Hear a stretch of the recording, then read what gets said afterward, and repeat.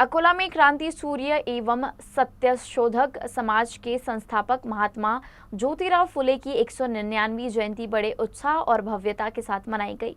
इस अवसर पर शहर में विभिन्न सामाजिक संगठनों, राजनीतिक दलों के नेताओं और बड़ी संख्या में नागरिकों की उपस्थिति देखी गई।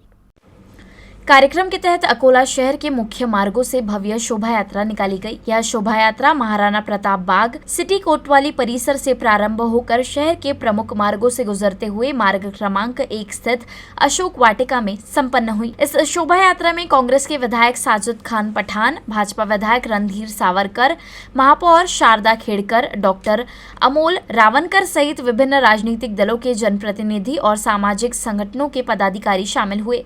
पूरे आयोजन के दौरान पारंपरिक वेशभूषा में लोग शामिल हुए और माहौल उत्सवपूर्ण बना रहा। शोभा यात्रा में महात्मा फुले के समता, शिक्षा और सामाजिक न्याय के विचारों को याद करते हुए उनके कार्यों को श्रद्धांजलि दी गई।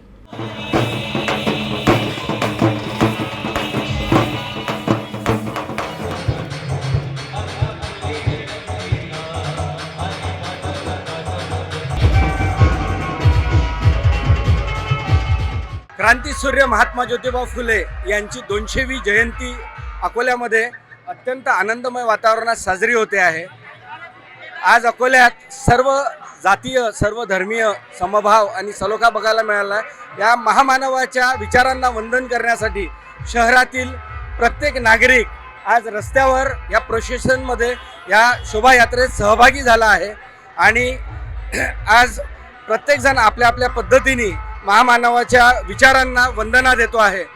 आज माझ्यातर्फे मी सर्वांना महात्मा ज्योतिबा फुले यांच्या जयंतीनिमित्त खूप खूप शुभेच्छा देतो व ही जयंती नाचून नाही तर वाचून साजरी करावी।